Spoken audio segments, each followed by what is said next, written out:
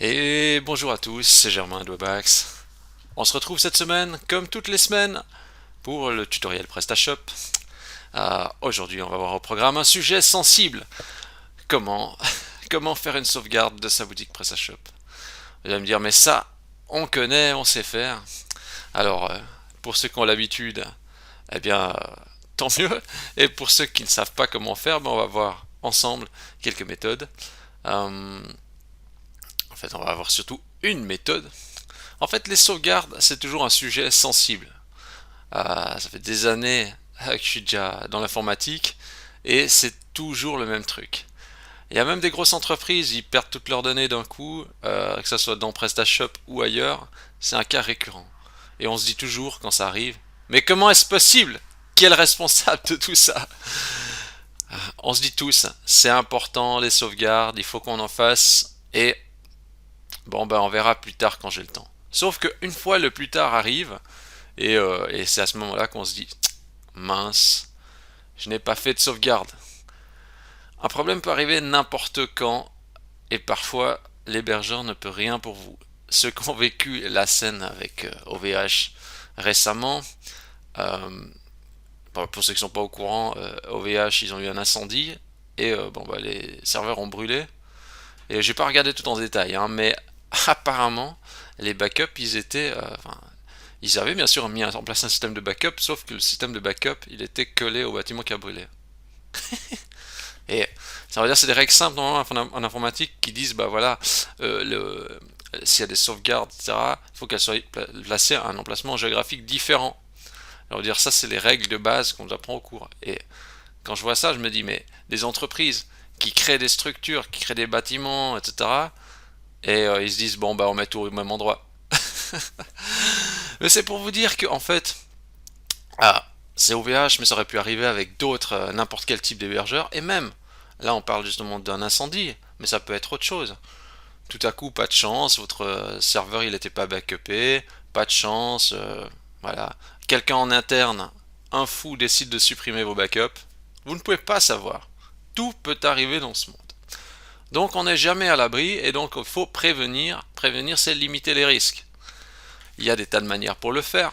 Mon but est de vous montrer la méthode la plus simple, pas la plus rapide, soyons clairs, mais la méthode la plus accessible pour que, on va dire, n'importe qui a une boutique PrestaShop se dise bon bah je peux faire une sauvegarde de tout, je sais que j'ai les fichiers, voilà. Il faut juste un petit peu de patience, puis après bien sûr on va voir la bonne méthodologie pour approcher ça.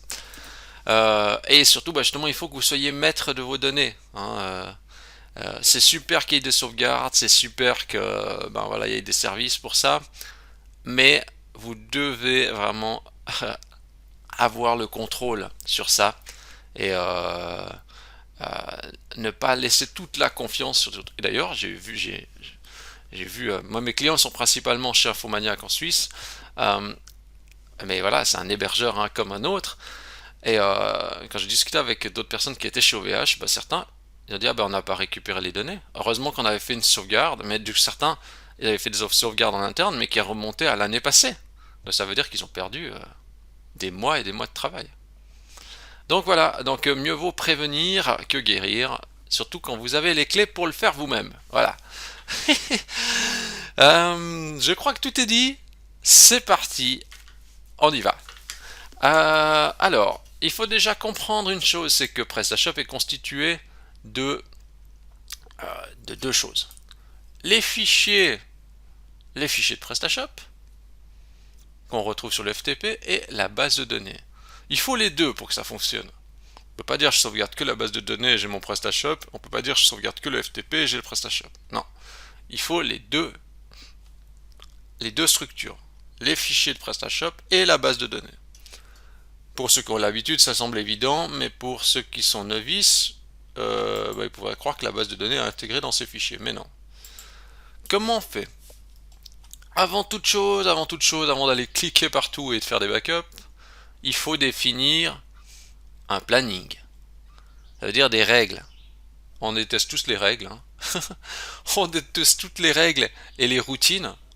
D'ailleurs, on dit les routines c'est terrible, mais en fait, les routines c'est très utile. Des fois, je ris parce que je me dis, mais est-ce que j'aurais pensé un jour dire des choses pareilles? C'est bien les routines, c'est bien quand c'est pareil, c'est bien quand c'est régulier. L'opposé de ce que j'étais quand j'étais plus jeune. Donc, euh, ce qu'il faut faire, c'est se dire, ok, le backup de la base de données, on va écrire, et même il faut le faire, il faut se dire, il faut pas prendre ça à la légère en disant, ah, ah, et il faut vraiment se dire, je mets un planning en place et je vais m'y tenir. C'est un peu comme le sport hein, au début d'année, hein. Donc il faut faire ça, mais en tenant dans le temps. Je vais dire, ok, bah, je vais faire une fois le backup de la base de données, je vais le faire. Je vais me dire, bon, bah, qu'est-ce que je vais le faire? Quand c'est que je vais le faire? Parce que là, vous allez devoir quand même planifier cette opération. Bah, vous allez dire, bah, je vais le faire une fois par jour. Là, je vais peut-être mettre comme ça. Backup de la base de données une fois par jour. Je sais pas, 18 heures, parce que c'est la fin de la journée, par exemple. Je me mets juste ça. Bon.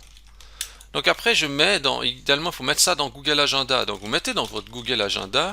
Si vous n'avez pas d'agenda parce que vous improvisez, vous arrêtez d'improviser. Vous prenez Google Agenda et vous mettez des tâches planifiées dedans. Donc répétez. Vous mettez ça. Et si vous n'avez pas Google Agenda, c'est le moment de mettre. Et vous installez aussi l'application sur votre téléphone. Et voilà, vous serez équipé comme un ministre qui a tout ce qu'il faut sur son smartphone. Voilà. Ensuite, ce qu'il faut faire, c'est se dire aussi pour le FTP. Backup du FTP, parce qu'il faut, j'ai bien dit tout à l'heure, il faut backuper les deux choses. Donc backup du FTP aussi. Alors là, le truc, c'est qu'il y a énormément de fichiers. Donc ça prend du temps, et ça, c'est vrai qu'on ne peut pas le faire une fois par jour. Oui, on pourrait techniquement, mais avec la manière que je vais vous montrer, ça va prendre un peu de temps, ça va être long, et ça peut vite devenir agaçant. Et si ça devient trop agaçant, vous n'allez plus le faire. Donc on va essayer de trouver un juste compromis. On pourrait se dire une fois par semaine, et vous lancez ça par exemple, je sais pas, le soir, le vendredi soir, ou quand vous voulez en fait. Hein. Si vous êtes actif la semaine, vous pourriez lancer ça le vendredi soir. Ou par exemple, je sais pas, vous dites, bon ben, moi, ok, ma boutique elle évolue, mais au niveau, on va dire, des fichiers, parce qu'il faut savoir que tout ce qui est des commandes et tout ça, c'est dans la base de données. Mais tout ce qui est des images de produits, des nouveaux modules installés, ça c'est surtout aussi dans le FTP. Donc ça veut dire qu'il faudrait euh, backuper aussi le FTP. Mais la fréquence, en fait, ça dépend un petit peu des changements que vous allez faire. Vous pourriez dire, je fais le backup du FTP une fois par semaine ou une fois par mois. Si vous n'installez pas régulièrement des modules et des créations de nouveaux produits, par exemple, vous pouvez vous contenter de faire par exemple une fois par mois. Donc à voir si vous voulez faire une fois par mois, une fois par semaine. Mais une fois par jour, ça va être trop, je pense. Même si ça serait un idéal, ça va être trop et ça va être un peu trop contraignant. Donc essayez de trouver un moment où vous savez que vous dites ok, j'utilise pas l'ordinateur à ce moment-là, je pourrais lui faire le backup, etc. Et puis je le laisse tourner. Donc à définir. Euh, une fois par semaine ou mois, ça à voir. Hein. Voilà. Au moins vous avez quelque chose. Même une fois si vous perdez tout, vous pouvez revenir un mois en arrière au top quoi. Et peut-être même que vous pourrez venir, on va dire, plus proche qu'un mois en arrière, parce que imaginons, vous n'avez pas installé de nouveaux modules ni créé de nouveaux produits, mais vous avez des nouvelles commandes, des nouveaux clients, etc. En fait, vous pouvez très bien reprendre le backup du FTP d'il y a un mois en arrière et déployer une base de données de 2 jours en arrière ou un jour en arrière. Ça va fonctionner. Voilà. Ok. Là, on a défini des règles. Et puis, bien sûr, une petite astérisque. J'ai pas dit astérix, hein, astérisque. Eh bien, ne pas oublier de le faire. Ne pas oublier de le faire. Voilà. Ça semble rien, mais moi je vois dans mon agenda, des fois je dis oh, je vais le faire. Puis d'un coup j'ai eu un autre truc, puis je dis bon tant pis je le fais pas. Et le lendemain, j'ai déjà vécu ça il y a quelques semaines avec mon disque dur externe, marché à moitié, j'ai dit oui je vais m'en occuper. Et tout à coup il a craché. Voilà. J'étais pas plus avancé ensuite. Hein. Anticipation. Donc maintenant ce que je vais faire c'est que je vais aller faire déjà une sauvegarde de la base de données. Donc comment on le fait assez facile. On va dans paramètres avancés base de données dans le PrestaShop et on va voir justement ici dans l'onglet sauvegarde de la base de données. PrestaShop, bien sûr, décline toute responsabilité, hein. Et c'est la première chose qu'ils vous disent, ils ne sont pas responsables, votre base de données, des sauvegardes, ni de tout, ni de quoi que ce soit. Normal, normal. Donc, ce qu'on va faire ici, c'est qu'ici, on va déjà changer une option de sauvegarde, on va mettre dans ignorer les tables de statistiques, on va dire oui. Pourquoi on dit ça? C'est parce qu'en fait, ces tables-là, bon déjà, elles ne sont pas indispensables, et souvent, c'est les statistiques de visiteurs, nombre de visites et tout ça, ça vous mettez directement dans Google Analytics, donc pas besoin. Il y a les statistiques de recherche interne, peut-être le seul élément, mais on va outrepasser ça. Pourquoi je vous incite à mettre ça? C'est parce que la base de données sera beaucoup plus compacte. Souvent dans ces tables-là, il y a des milliers de lignes, voire des millions de lignes, hein, vu chez certains clients. Et donc du coup, la base de données est énorme, et des fois quand ça fait le backup, ça plante. Donc vous pouvez avoir une base de données tout à fait intègre en mettant ignorer les tables de statistiques, et ça ira très bien. Donc voilà, donc je prends cette option et j'ai lu l'avertissement, je crée une sauvegarde. Ok, la sauvegarde elle est ici, je peux la télécharger. Voilà. Petite remarque, si quand vous faites ça, ça mouline et ça fait une page blanche, etc., ça n'a pas l'air de fonctionner, demandez à votre hébergeur d'augmenter le max execution time, voilà, et le memory limit. Voilà, max execution time. On contrôle quand même si je vous dis quelque chose de correct. Max, ah ben oui, j'avais oublié un E, voilà. Le max execution time et le memory limit. Voilà. C'est ces deux valeurs qu'il faut augmenter si vous avez une page blanche. Il se pourrait que le serveur n'arrive pas à faire la sauvegarde. Voilà. Ça, vous pouvez demander à votre hébergeur d'augmenter. Essayez de lui demander de doubler ou de tripler la valeur pour voir si ensuite ça passe. Si tout s'est bien passé, bah justement, félicitations, vous avez vu, la sauvegarde prend, en fait, c'est vraiment rapide, hein, en une minute c'est fait, donc c'est une petite tâche que vous pouvez faire dans la journée sans problème. En principe, il n'y a rien besoin de faire d'autre, c'est en ordre. Mais, là, comme on est sur la thématique des sauvegardes, on va double-cliquer sur le fichier. S'il ne s'ouvre pas, vous n'arrivez pas à l'ouvrir, c'est peut-être parce que vous n'avez pas WinRAR, donc installez le logiciel WinRAR, hein. WinRAR, voilà. Vous pouvez installer ce logiciel.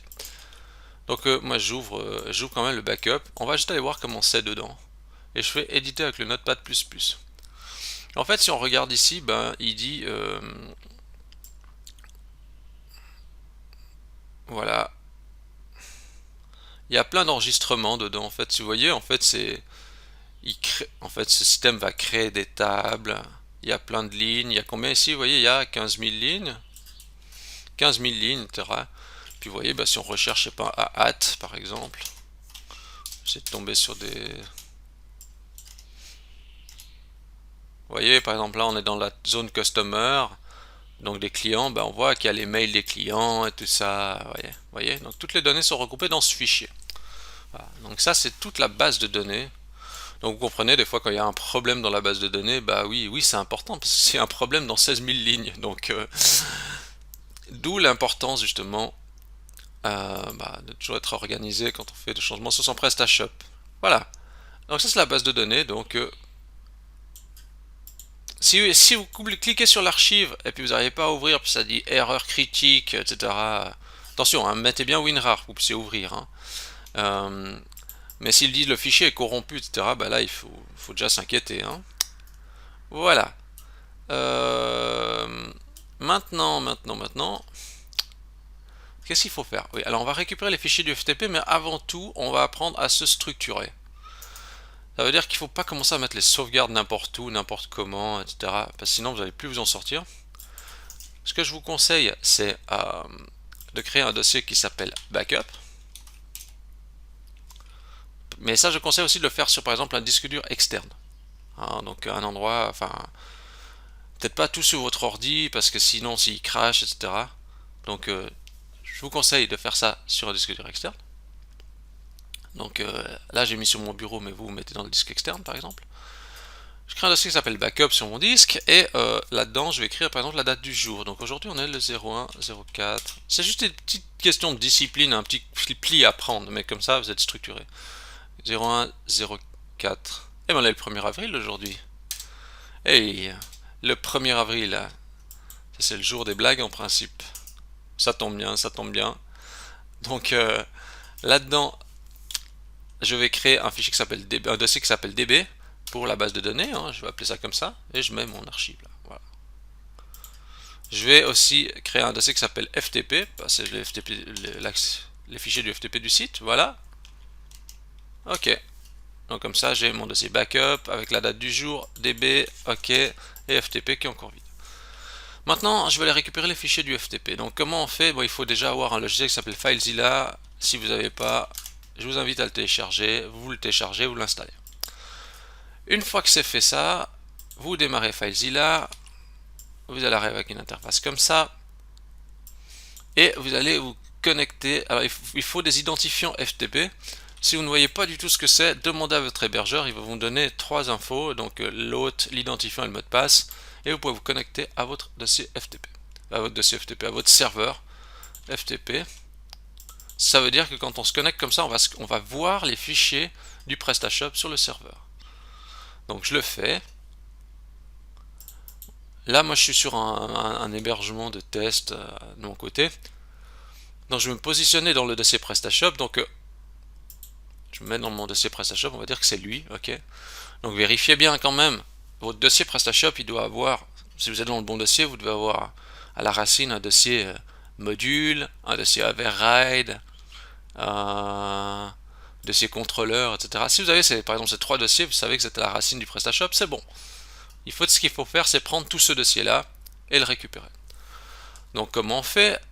Je vais dans mon dossier backup, je vais dans le dossier FTP que j'ai créé tout à l'heure. Voilà. Donc là, j'ai tous mes fichiers, hein, donc à la racine. Hein, je les prends tous, je les glisse, et voilà. C'est aussi simple que ça. En fait, c'est ultra simple. Bon là, par contre, ce qu'il y a, c'est que ça peut prendre du temps. Il peut y avoir beaucoup de fichiers à transférer. Donc ça peut être un peu long. Il y a aussi peut-être beaucoup de fichiers de cache, etc. Donc ça peut prendre des fois plusieurs heures. C'est pour ça que je dis, essayez de lancer ça soit la nuit, soit le week-end, enfin bref, en fonction de votre agenda et quand vous avez un créneau. Peut-être sur ça, vous n'allez pas le faire ça forcément tous les jours. Mais si vous arrivez à le faire une fois par semaine, ou une fois chaque 2 semaines, ou une fois par mois, ça sera déjà pas mal. C'est mieux ça que rien à voir, clairement. Ça ne veut pas dire que vous aurez forcément besoin de ça un jour, mais c'est une sécurité.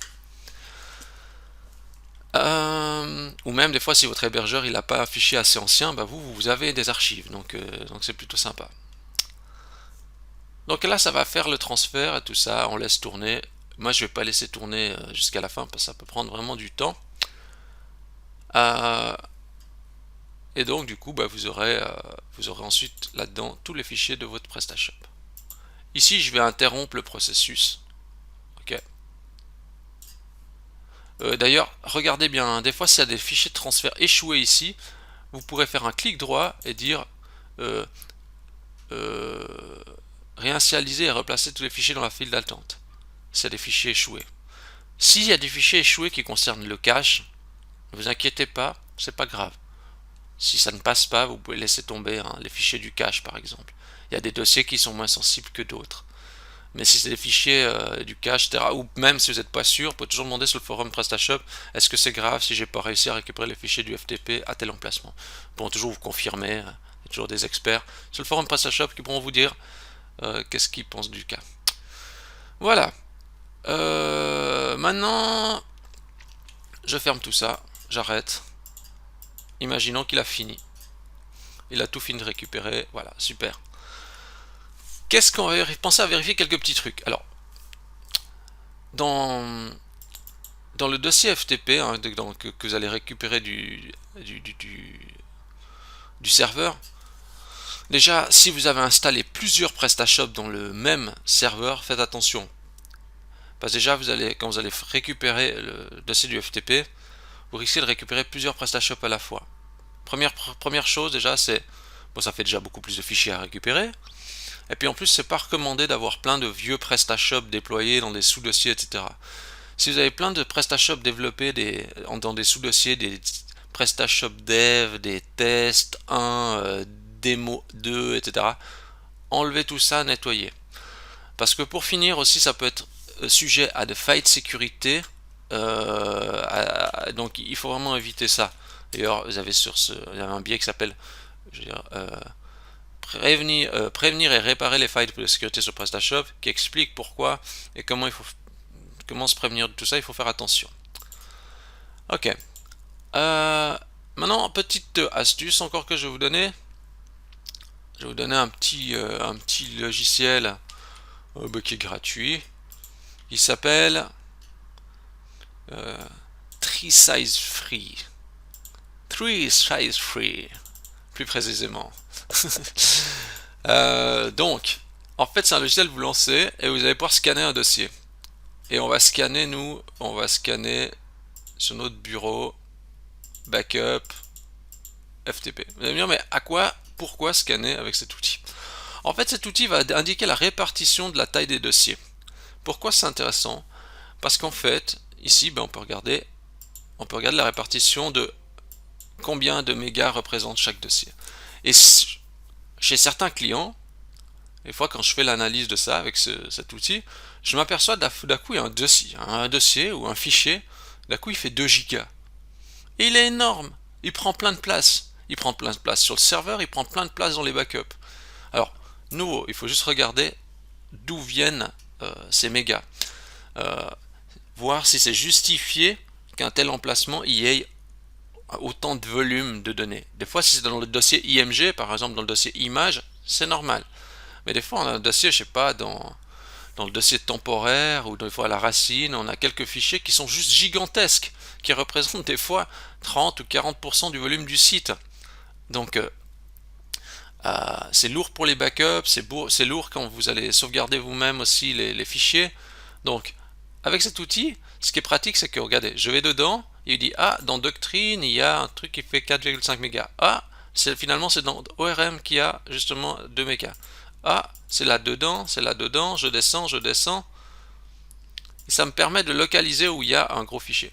Bon, ici, c'est pas super explicite, mais je vais peut-être le faire avec. Regardez, je vais prendre l'exécutable, là, je vais le mettre, je sais pas, je vais le mettre là-dedans. Je vais juste rescanner.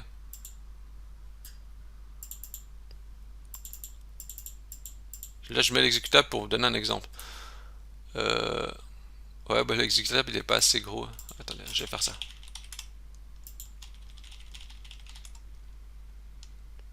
Voilà. Je fais un petit truc comme ça. Hop. Regardez, ici, par exemple, il dit oui, le dossier web service, il fait 57 mégas. Bon, ok, je vais dedans. Puis on voit que justement, dans la répartition, il dit, oui, 78% provient de ce dossier-là. Quand je vais dedans, je dis, ouais, en fait, il y a plein de trucs ici qui servent à rien, en fait. Tout cet espace, il était pour rien. Donc, du coup, ça me permet de localiser. Nous, on supprime pas n'importe quoi, mais des fois, c'est très explicite. Il y a un gros fichier de backup dedans ou ce genre de choses. Ça permet de faire un cleanage.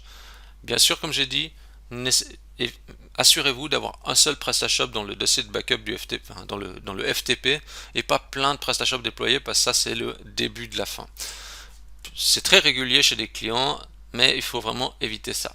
Pour les raisons de sécurité, pour les raisons de facilité de backup aussi. Voilà. Qu'est-ce qu'il y a à dire d'autre? Il n'y a rien à dire d'autre. Je crois que tout est dit. J'avais envie de vous partager ça suite à justement ce problème rencontré par beaucoup de personnes sur vos OVH. Je me suis dit, tiens, c'est peut-être le moment de reparler des backups. On n'en parle jamais assez, donc du coup, c'est le moment de le faire. J'espère que ce tutoriel vous a plu. Si vous avez aimé cette vidéo, vous pouvez liker la vidéo, vous pouvez vous abonner à la chaîne YouTube, vous pouvez donner 5 étoiles à Webax dans Google, ça me fait toujours très plaisir. Vous recherchez Webax, W-E-2-B-A-X dans Google. Et sur ce, je vous dis bon backup à tous et à la semaine prochaine.